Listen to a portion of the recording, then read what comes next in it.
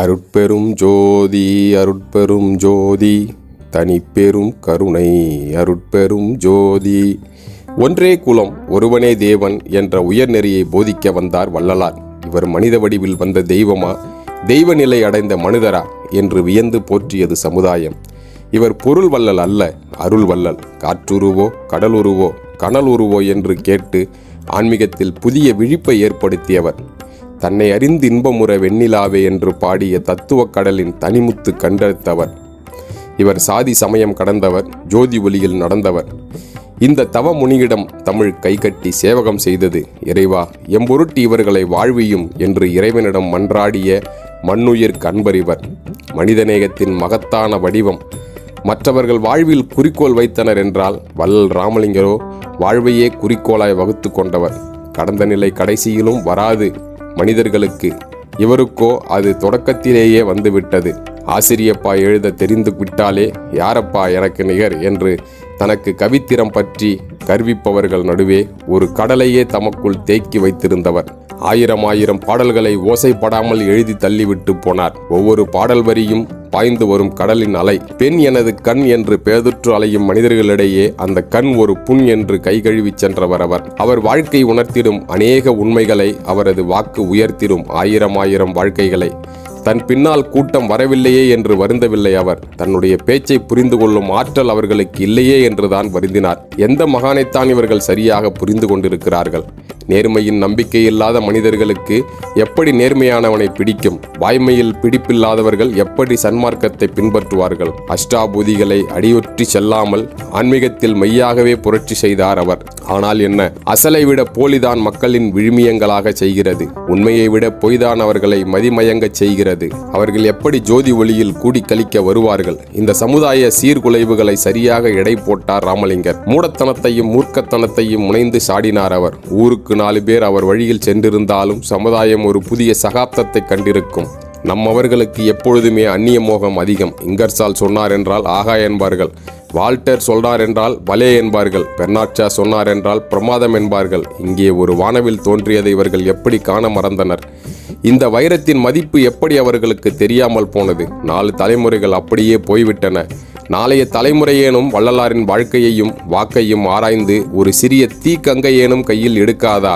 நாளை அதுவே பெருஞ்சோதியாய் பரஞ்சோதியாய் இந்த உலகெங்கும் ஒளி பரவிட செய்யாதா என்ற ஆதங்கத்துடன் இந்த பதிவு. இதுவரைக்கும் நம்ம சுப்பிரமணிய சங்கர் சேனலை சப்ஸ்கிரைப் பண்ணாதவங்க சப்ஸ்கிரைப் பண்ணிக்கோங்க. இந்த வீடியோவுக்கு ஒரு லைக் பண்ணிக்கோங்க. வள்ளலார் என்றால் வடலூர் ராமலிங்கரையே அது குறிக்கும். அவரை சிறந்த தமிழறிஞர் என்பதா, தத்துவ ஞானி என்பதா, மகான் என்பதா, ஆன்மீக புரட்சியாளர் என்பதா? இவை அனைத்துமே அவருக்கு பொருந்தும். சன்மார்க்கம் என்கிற நன்மார்க்கம் கண்டு சமூகத்தில் விழிப்புணர்ச்சியை ஏற்படுத்தினார். சைவத்தை பேசியதில் நாயன்மார்களின் வரிசையில் வைத்து நோக்கத்தக்கவராயிருந்தார் அவர். தத்துவம் உரைப்பதில் திருமூலருக்கு ஒப்பானவராக, ஆன்மீக சிந்தனையில் தாயுமானவருக்கு சமமானவராக அவர் இருந்தார். சமீப காலத்தியவர் என்பது ஒரு சிறப்பு. வடலூரில் அவர் தோற்றுவித்த சத்திய ஞான சபையும் அறக்கூழ் சாலையும் இன்றும் உள்ளன. ஒளி வழிபாட்டின் உயர்வை காட்டிய உத்தமர் தாமே ஒளி வடிவில் அங்கு திகழ்கிறார். அன்று 19ஆம் நூற்றாண்டின் இடைப்பட்ட பகுதியில் தோன்றியது அந்த பகுத்தறிவு சூரியன். சரியாக சொல்வதென்றால் 5/10/1823ஆம் ஆண்டு. அதுவே ராமலிங்கர் அவர்கள் அவதரித்த திருநாள். தில்லையம்பதி என்னும் சிதம்பரத்திற்கு மேற்கே 16 கிலோமீட்டர் தொலைவில் உள்ளது மருதூர் என்கிற ஒரு சிற்றூர். அங்கே ராமையா பிள்ளையின் குடும்பம் ஒரு எளிய குடும்பம். கருணீக குலத்தைச் சேர்ந்த பிள்ளை அவர்கள் தமிழாசிரியராகவும் கணக்காராகவும் பணியாற்றியவர். மனைவி 5 பிள்ளைகள் கொண்ட குடும்பத்தை காப்பாற்ற தேவையான வருவாய் அந்த பணியில் கிடைத்தது. எளிய வாழ்க்கை என்றாலும் அமைதியான வாழ்க்கை. ராமையா பிள்ளை 5 முறை திருமணம் செய்து மனைவிகளை இழந்தவர். அவர்கள் ஒவ்வொருவரும் குழந்தை பெறாமலேயே அடுத்தடுத்து இறந்து போயினர். தம்முடைய சந்ததி விருத்தியாக வேண்டுமே என்ற கவலையுடன் அவர் 6வது திருமணமும் செய்து கொண்டார்.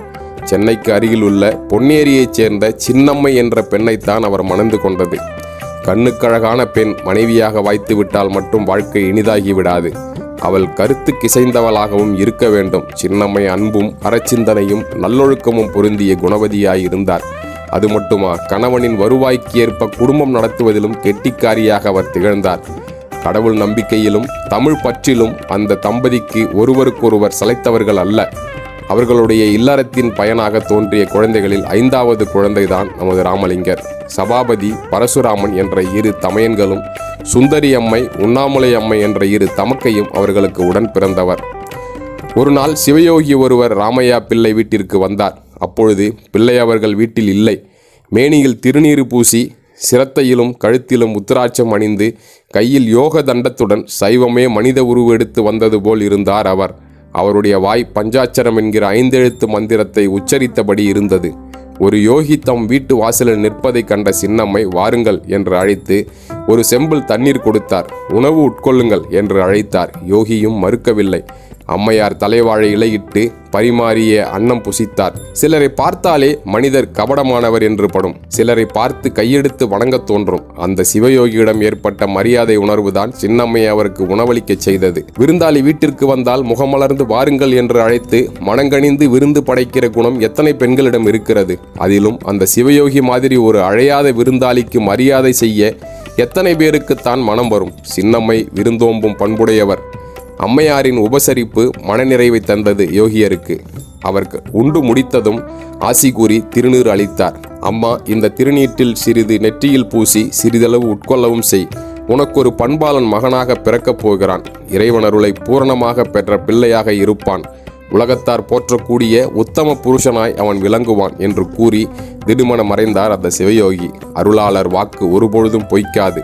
சிவயோகி அருளிய வண்ணமே குழந்தை பிறந்தது. புரட்டாசி திங்கள் 21ஆம் நாள் ஞாயிற்றுக்கிழமை உதயாதி 29:45 நாழிகைக்கு மீன நல்லோரையில் பிறந்த அக்குழந்தை ராமலிங்கம் என்று பெயரிடப்பட்டது. ராமையா பிள்ளையின் குடும்பம் தில்லை நடராஜரிடம் பெரும்பக்தி பூண்டொழுகிய குடும்பம். ராமலிங்கருக்கு 5 மாதமான பொழுது பிள்ளை அவர்கள் குடும்பத்தோடு நடராஜ பெருமானை தரிசனம் செய்ய சென்றிருந்தார். சந்நிதியில் மூலவர் தவிர சிதம்பர ரகசியம் என்கிற மறைப்பும் உண்டு. கோயில் தீட்சதர் நடராஜ பெருமானுக்கு கற்பூர ஆரத்தி செய்துவிட்டு சிதம்பர ரகசியத்தை திரையை விலக்கி காட்டினார். அப்பொழுது குழந்தை கற்பூர ஆரத்தியை கண்கொட்டாமல் பார்த்து கலகலவென்று சிரித்தது. கோயில் தீட்சதர், இது இறைவன் உங்களுக்கு அளித்த ஞான செல்வம் என்று வாழ்த்தினார். சில குடும்பங்களில் அருள் இருக்கும், சில குடும்பங்களில் பொருள் இருக்கும். அருளும் பொருளும் ஒரு சேர பெற்ற குடும்பங்கள் அரிது. ராமையா பிள்ளையின் குடும்பத்தில் இறையருள் பூரணமாக நிறைந்திருந்தது. பொருள்தான் இல்லை. அவர் முதுமையுற்ற நிலையிலும் குடும்ப வறுமையின் பிடியில் சிக்கியது. புயலில் தாக்குண்ட படகினை போல் கரை சேர இயலாமல் அல்லாடியது. திடுமென ராமையா பிள்ளை காலமானார். குடும்பம் என்ன செய்வது என்று அறியாமல் திகைத்தது. குடும்பத்தின் முழு பொறுப்பையும் மூத்த பிள்ளையான சபாபதி ஏற்கும்படியானது. வருவாய்க்கு வழி தேடியே ஆக வேண்டும் என்கிற கட்டாயம். வாழ்வது முக்கியம், பிள்ளைகளுக்கு கல்வி தந்து வளர்ப்பது அதைவிட முக்கியம். சின்னம்மை தனது குழந்தைகளுடன் சென்னையில் உள்ள தனது பிறந்த வீட்டிற்கு சென்றார். ஆனால் பொன்னேரியில் சில நாட்கள் மட்டுமே அவர்கள் தங்க முடிந்தது. காரணம், ஒரு குடும்பத்தை மற்றொரு குடும்பம் எத்தனை காலத்துக்குத்தான் தாங்க முடியும்? அந்த ஊரில் படிப்பு வசதி இல்லை என்பது மற்றொன்று. வடசென்னை 7 கிணறு பகுதியில் ஒரு வீடு பார்த்து குடும்பமே அங்கு குடியேறியது. அந்நாளில் காஞ்சிபுரம் சபாபதி முதலியார் என்றொரு புலவர் சென்னையில் இருந்தார். அவர் மாணவர்கள் பலருக்கும் தமிழ் கற்பித்து வந்தார். சபாபதியும் அவரிடம் சென்று தமிழ் கற்றார். வறுமை ஒரு நிர்பந்தம், அத்துடன் அது மனிதனை செம்மைப்படுத்தவும் செய்யும். குடும்ப பொறுப்புள்ள சபாபதி தமிழை முனைந்து கற்றார். கொஞ்ச நாளில் ஒரு ஆசிரியருக்குரிய தேர்ச்சி பெற்றார். தாமே ஆசிரியராகி மாணவர்களுக்கு தமிழ் போதிக்கத் தொடங்கினார்.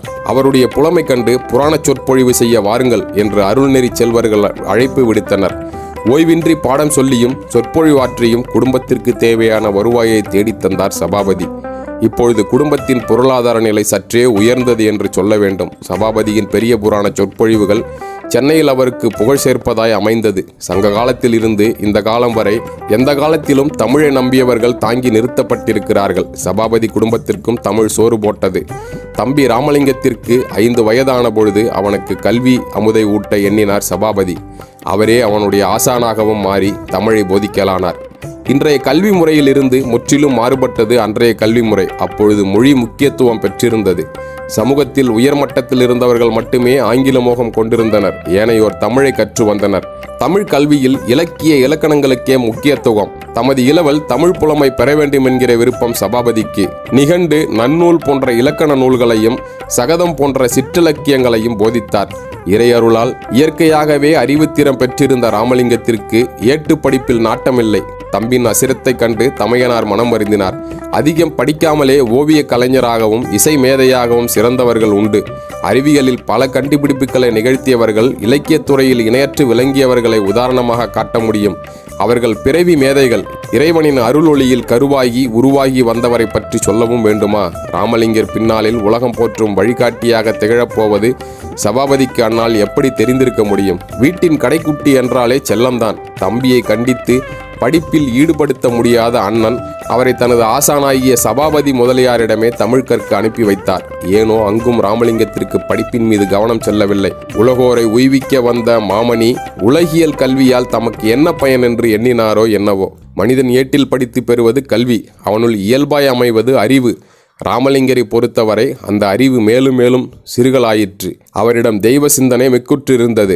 பாடசாலைக்குள் செல்வதை விட கோயிலுக்கு செல்வதே மகிழ்ச்சி அளிக்கிற காரியமாக இருந்தது. சபாபதி முதலியாரின் பாடசாலைக்கு செல்லும் வழியில்தான் கந்தசாமி கோயில் இருந்தது. ராமலிங்கரின் மனம் கவர்ந்த தெய்வம் முருக கடவுள். அவர் தினமும் முருகனின் சன்னதிக்கு செல்வார். இறைவனின் அழகிய திருவுருவை மனதில் நிறுத்தி ஆராதிப்பார். சன்னதியில் நெடுநேரம் மெய்மறந்து நின்றிருப்பார். தனிமையே தனது துணையாக கொண்ட ராமலிங்கர் வகுப்புக்கு செல்லாமல் கோவிலிலேயே தமது நாளை கழிக்கலானார். கந்த கோட்டத்து முருகனிடம் 7-8 வயதிலேயே அப்படி ஒரு ஈடுபாடு. அந்த வயதிலேயே தெய்வமணி மாலை, கந்தர் சரணப்பத்து முதலிய பாடல்களை அவர் பாடியதாக தெரிகிறது. ராமலிங்கம் அடிக்கடி வகுப்புக்கு வராமல் நின்று விடுகிறானே, என்ன காரணம் என்று சபாபதி முதலியார் வகுப்பு மாணவர்களிடம் கேட்டார். ஐயா, அவன் கந்தசாமி கோயிலிலேயே சதா காலமும் உட்கார்ந்திருக்கிறான், சன்னதியில் நின்று ஏதேதோ பாடுகிறான் என்று மாணவர்கள் பதிலளித்தனர். கவலையாகி போனது முதலியாருக்கு. பையனுக்கு சாமி பித்து பிடித்திருக்குமோ? ஒரு நாள் கோயிலுக்கு சென்ற ராமலிங்கரை அவர் அறியாதவாறு பின்தொடர்ந்தார் சபாபதி முதலியார். ராமலிங்கர் முருகனின் சன்னதியில் நின்று வணங்கினார். மனம் கசிந்து கண்ணீர் மல்கி பாடலானார். தமது மாணவன் உருக்கமாக இசையோடு பாட்டு கேட்டு மெய்மறந்து போன குருநாதருக்கு அவருக்கு வியப்பை தந்த விஷயம், ராமலிங்கர் யாரோ எழுதி வைத்து சென்றதை பாடவில்லை, சொந்தமாகவே பாட்டு கட்டி பாடலானார் என்பதே. அத்துடன் ராமலிங்கரின் பாட்டில் இருந்த எளிமையும் பொருட்சிறப்பும் குறிப்பிடத்தக்கதாய் இருந்தது. இந்த வயதில் இப்படி பாடுவது எப்படி சாத்தியம்? தாம் நேரில் பார்த்திராமல் யாரேனும் சொல்லியிருந்தால் நம்பியிருக்கவே மாட்டார் முதலியார். ஒருமையுடன் நினது திருமலரடி நினைக்கின்ற உத்தமர்தம் உறவு வேண்டும், உள்ளொன்று வைத்து புறமொன்று பேசுவார் உறவு கலவாமை வேண்டும். அடடா, இறைவனின் அருளில் அல்லவா இவன் இப்படி பாட முடிகிறது. வெறும் மொழி புலமையில் மட்டும் ஆகிற காரியமில்லையே இது என்று பட்டது அவருக்கு. ராமலிங்கம் மறுநாள் வகுப்புக்கு வந்தபொழுது, அப்பா ராமலிங்கம், நீ என்னிடம் படித்தது போதும், நாளை முதல் என்னிடம் பாடம் கேட்க வர வேண்டாம். முருகப்பெருமானின் அருளால் உனக்கு சகலமும் கிட்டும் என்று ஆசீர்வதித்து அனுப்பிவிட்டார். கல்வி நின்று விட்டதே என்ற கவலை இல்லை ராமலிங்கருக்கு. வானில் சிறகடித்து செல்லும் பறவையைப் போல் விடுதலை உணர்வு கொண்டார். தமது முழு நேரத்தையும் கந்தசாமி கோவிலில் கழிக்கலானார். அவருக்கு ஊற்றென பொங்கிய தமிழ் முருகன் மீது பாட்டாய் வெளிப்பட்டது. தம்பியின் கல்வி தடைப்பட்டதை சபாபதி அறிந்திருக்கவில்லை. அவருக்கு அது தெரிய வந்தபொழுது ஏக வருத்தம், அடக்கமட்டாத சினம். ஏன் இப்படி படிக்காமல் ஊர் சுற்றுகிறாய்? உன் வாழ்க்கையை இவ்விதம் வீணடித்துக் கொள்கிறாய் என்று கடிந்து கொண்டார். தமது மனைவியை அழைத்து, இவனுக்கு படிப்பில் நாட்டம் விட்டு போயிற்று, வெட்டியாய் ஊர் சுற்றுகிறான், இனிமேல் இவனுக்கு வீட்டில் இடமில்லை, உணவும் அளிக்காதே என்று கண்டித்து சொல்லிவிட்டார். ராமலிங்கரை தமது சொந்த பிள்ளையைப் போல் அன்பும் சிரத்தையும் கொண்டு வளர்த்த அந்நியார் ஏது செய்வார்? ஒரு பக்கம் கணவனின் கட்டளை, மறுபக்கம் ராமலிங்கர் மீது வைத்திருந்த பாசம். அந்த அன்னை மனம் எந்த பக்கம் சாயும்? ஒரு நீண்ட மன போராட்டத்திற்கு பிறகு பாசம் வென்றது. இந்த பிள்ளை ஒன்றும் சராசரி பிள்ளை இல்லை.